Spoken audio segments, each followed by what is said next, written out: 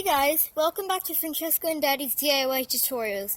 Today we are going to be doing two fixes. So this is Daddy. The first, thank you Francesco. The first fix that we're going to do is we're going to be working on one panel at a time to replace the screens in the pool enclosure here.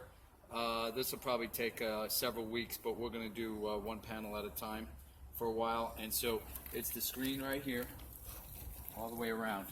Then part two of that is, over the years, this is about 22 years that we've had these screens, and also the bolts that hold the tracks, the aluminum tracks down, and actually the entire structure of the pool enclosure down to your concrete slab. And so we're going to, as we're doing that, as we're replacing the screen, it's a great time to replace those bolts. Now, I'll show you those bolts in a little while as well. So you need some tools and things for that to get started. And so here's the tools I like to get started with to remove for screen removal. One is, if you can find yourself a pick for, say, eating crab and lobster, this seems to work really well. It's a really handy, hard tool, has an edge that can get underneath the spline. And then I'm going to use a small hammer and then obviously a pair of pliers of some sort to pull that old spline out. Now we're going to walk over here and start work on this right now. And so this particular spline is flat spline. Here's what you buy at Home Depot. It's flat spline. You have to make sure the size is pretty close, but it's a flat spline here. Some of the older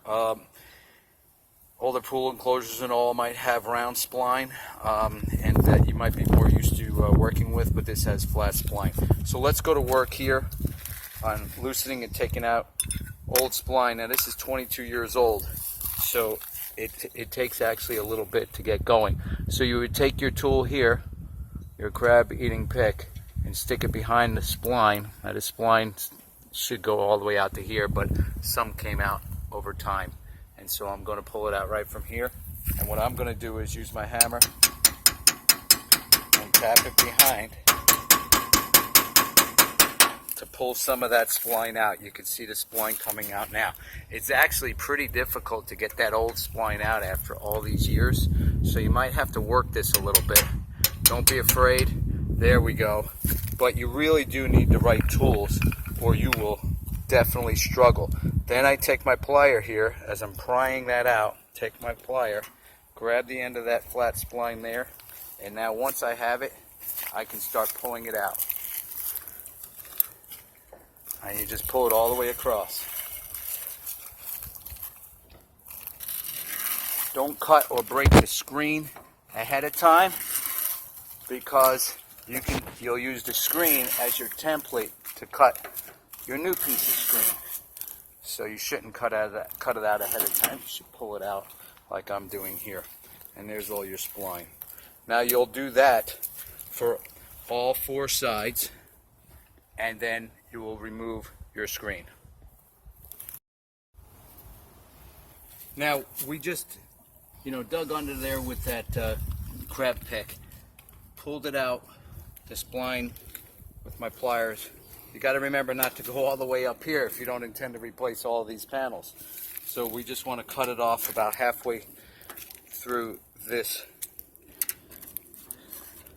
horizontal member of the pool enclosure.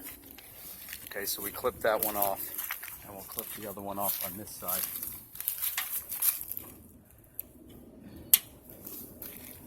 And then at this time, we can work to pull our screen out because all the spline is out. So keep it all in one piece. Bring it up here. Because this is a pool enclosure, you might need your knife or your scissor to cut it off here because it's all connected to this other. And you just pull it out like that. There we go. Nice. And so now this piece will be our template for the next size with the screen. Okay folks, remember I asked you to keep that last bit of screen that you took out, so don't cut it out first. Tear out all of the spline first, and then so that you can use this as a template. What I recommend is, I happen to get this roll of screen at a yard sale for a very, very good price.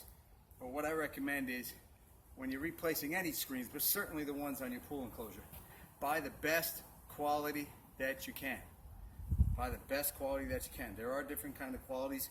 You should research that a little bit. But buy the best quality that you can. It's worth your money. It'll last longer. There definitely is different heavinesses of screen. Best quality, I mean, doesn't mean the heaviest, because they make some for dogs and things like that, but then you can hardly see through it. So it doesn't mean the heaviest, just a really good quality. So use this. Here's your template. Get your scissors out. And like I keep saying, don't get too cute. Don't worry about a little bit of waste on the ends. So, make sure you give yourself like basically 2 inches around the whole thing, even further out than this, because when you go to place it, you just don't want any troubles, and you don't want to struggle. So don't get too cute with trying to save every last inch of this stuff. Just have 2 inches plus around here, so that on all sides, you have plenty. Okay, and I'm going to make the cut here, and you know how to do that, so that's pretty simple. So we can sign off, and then we'll come back on when we're ready to place the screen. Now for replacing the screen, you're going to need a couple more tools. Okay, so getting back to using the best tool you had there was the template, was the old screen. An old contractor friend of mine told me this important rule about anything in your life, but anything having to do with building and construction, which is you never measure if you don't have to. If you notice, I have not taken out a measure at all during this process. That's because you use the old template, and you kind of estimate a little larger than that in making your cut for your screen. Whenever you try to measure, you use a ruler, use a tape measure, you're trying to get this screen perfect, you're going to tend to make mistakes and cut it too small or short or an angle or whatever. It's easier just to not measure if you don't have to, and use the existing screen as a template. That's why I always recommend don't tear it out, pull it out, with the spline. And so here you're going to need a few new tools here, other tools that we've developed and I've figured out over the years. A couple of them. First of all, these clips. Is the name on here? I don't see it, but these clips, show that, Francesco. You can just find them on Amazon for pretty cheap, and they really do help with the installation, especially if you're just one person who's doing this installation. That's correct. So these are about, I think they were $9.95 for 25 of these. Okay, and what they do is, it's just a spring. You hold it like this. Now you're going to put your screen up first, and then, but this is how it goes through the screen, and it holds the screen in place around the entire frame. And I'll show you how to do that in a minute, but that's one of the important tools, especially for working on a screen this large. If you got a small screen and you got another person's hands, I've seen professionals do these kinds of things. They don't use the clips because they've done, thousands of them. But for us people that just do this job once a year or so or less, use the clips. $9.95, cheapest thing that there is. This, my dad showed me. This is an important tool when working on pushing the spline in and replacing screens.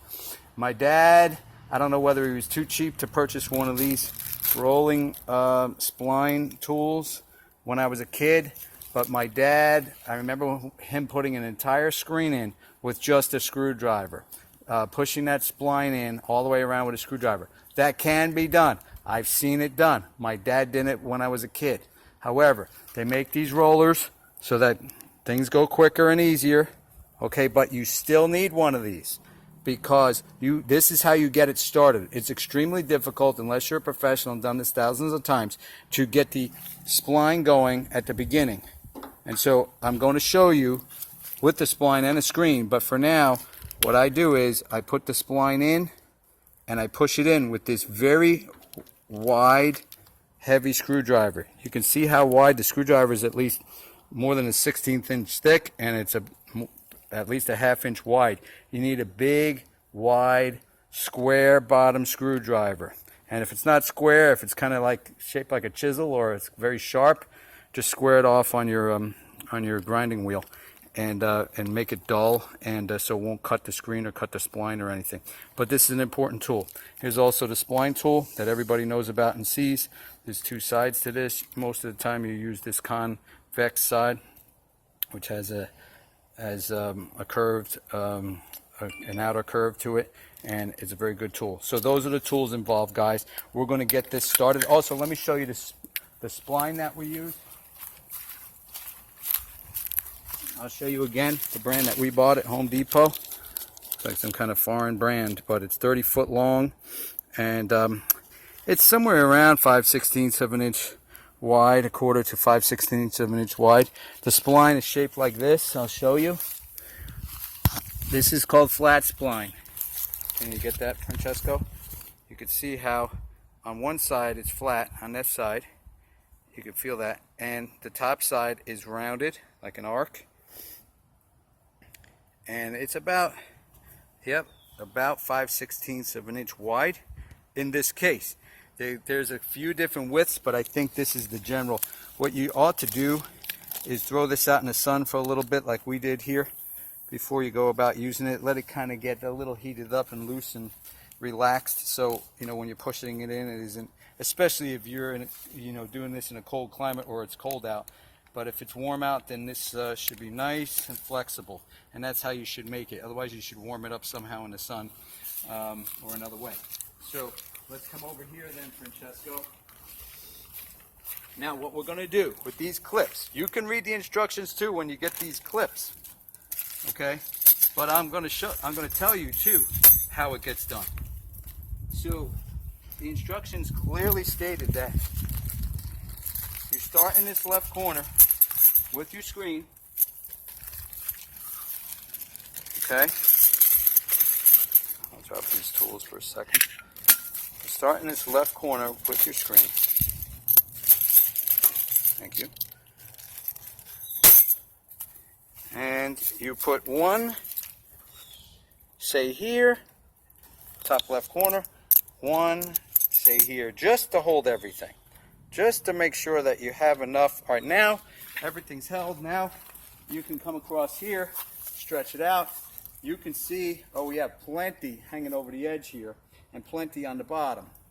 So, and then as Francesco's going to do there, you really have to push those screens hard, Francesco. So here, my left hand's not that good, but let me see if I can stretch it in there. There you go. There we go.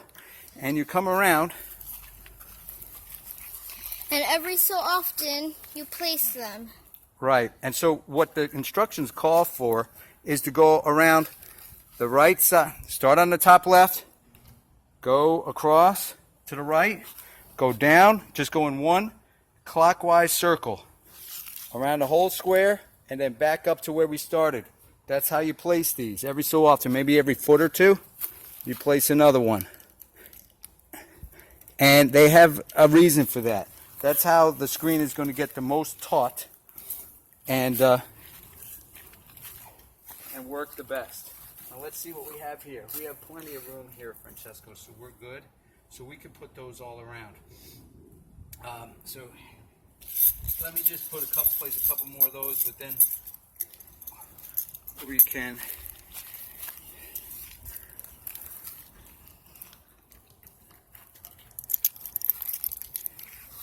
We have plenty extra.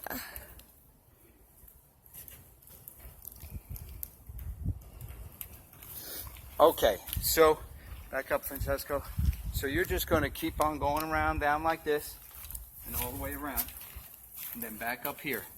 Make sure you have enough overlay. I gave myself enough here, but there's a lot off the other end, so I could have made it a couple of more inches, but that'll work. That'll be just fine. Okay, everybody, so we have this flat spline. I'm going to place it through these clips. That's why these clips sort of have pass through, just to kind of hold it at the same height that we're working on. All right, pass the spline through. So what these clip manufacturer said on their instructions was, You start in this corner, and then you do the top first with the spline, and you come back here, and you do the bottom. They said that's very important to getting the screens taut. We've been following those rules on the other screens we've done, and it comes extremely tight. Then you do the left side down and the right side down, and you'll be okay. So here's what I want to tell you, is that there's a channel in here. There's a channel in there where the spline goes. And the bigger part of the channel is on the inside. No matter where you are, it's from this direction that you got to push the spline at a slight angle, and then from the bottom it's coming up because it's to the inside is where the little J part of the channel is. Okay, so yeah, so you're just going the direction that your screen is. That's the way you're pushing the spline in. Correct. It's at a slight angle. It's this way and just a little bit down in this case. And if you're on the bottom, it's this way and a little bit up. Okay, so it's always going into the middle. And so what we'd like to do here is also the flat part of the spline goes down. Okay, the round part goes up. So now let me come in here, Francesco. You go over here, please. Let me get a better view for these folks. I'm going to just take this off for a second, this clip, because it held it for what I wanted. This concave part of this tool here is used for doing this quite often. You kind of form the screen out where you want it to be, where it's going to work, where it's going to tighten up nice. Okay? Then that helps with getting the spline in. So next thing you do is put the spline in flat side down, pretty close to the end. Doesn't have to be perfect to the end. And now if you see this, now Francesco, if you hold this up like this will be helpful.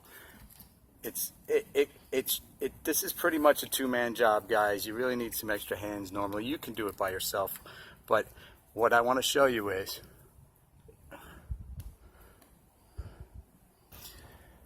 okay, guys, so here's where the most important, very expensive tool that my dad showed me for splining. Okay, so you hold your spline here. The round is easy, the round spline, but this flat spline is a little interesting. So you tuck it in to the bottom part of that J channel I'm telling you about here. And then this is why this thing needs to be nice and flat and square. You got to grab the top part of this up here, top part of the round, and you got to force it in. There it is, a push and a push. You're not going to do that well with that spline tool with the circle with the pizza cutter on the end. So get down here, Francesco, so you can see a little bit. Now I usually start the first like 3 or 4 inches, like my dad did. Only he went around the whole thing, and I push it in with this big foot. Be careful, because you can push this right through the screen. I've done that once. So you keep going to the top of that flat spline, and you grab it and then you push it, and then you do another one and you push it, because the bottom part of the spline and the flat is in. The flat is in, the concave is out, but the top part is sticking out of that spline. In this case, on the bottom of rung down here, it'll be the opposite, and you push it in. Then you'll be able to take the spline tool and start running down with this wheel here all the way across, and it makes it much easier. Now, Francesco, if you can just grab this with your fingers, what you want to do is have someone else, if you can have someone else, pull it kind of tight and taut, and maybe even a little, actually pull it so it gets thinner, because once you push it in, it'll all thicken up again, and it'll keep itself in there really well. But here I go. I'm going to start wheeling this in. Okay? And as long as that's close, like we want it, it'll wheel in nicely. There we go. Nice job, Francesco. We take these clips off as we go. Just hold it about there. Not too far, Francesco. You only want to be like 6 inches away here. And what I'm going to do is keep repeatedly doing this. This helps, folks. This helps put it where you want it. Then that's where it goes. Then you tuck it in, Francesco, or your other hands can tuck it in, and then you start pushing in,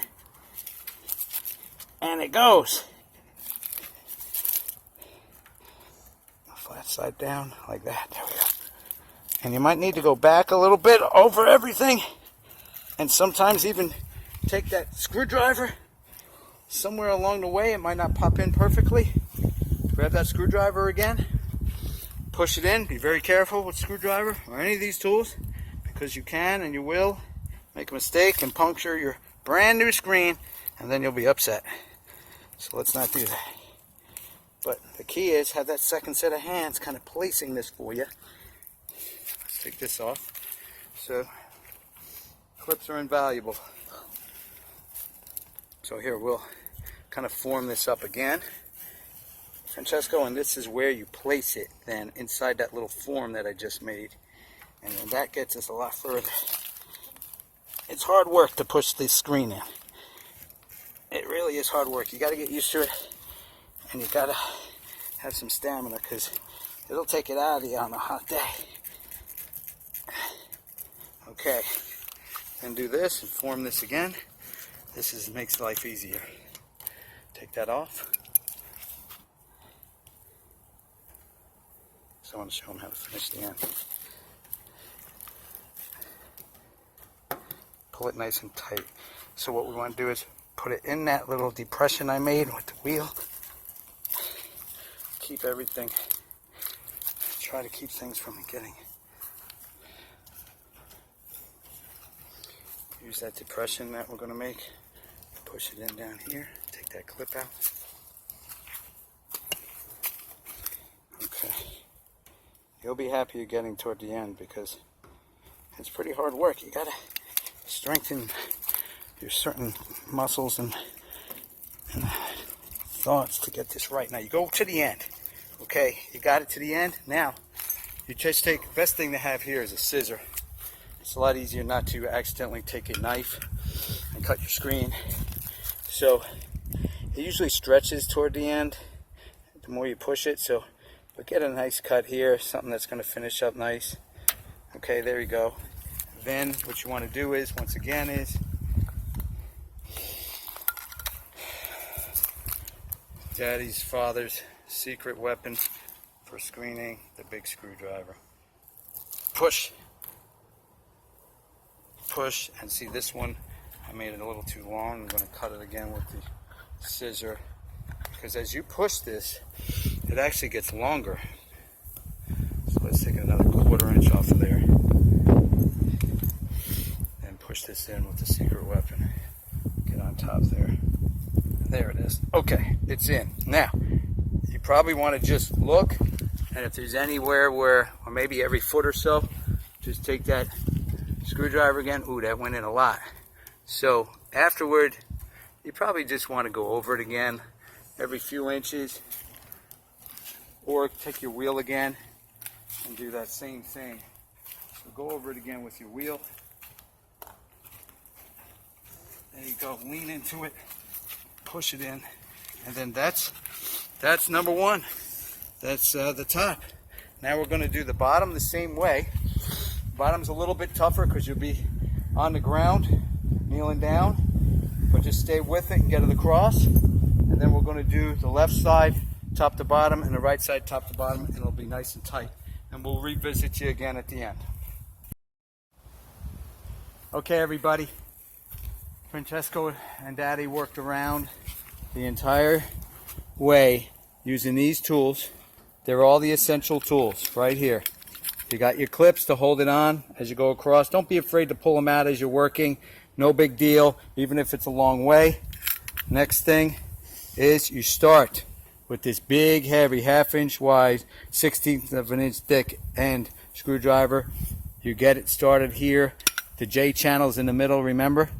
So you come in this way, you come in this way, you come in this way, you come in this way, and when you get that started, you push it in first with the screwdriver for about 3 inches, 4 inches, like this.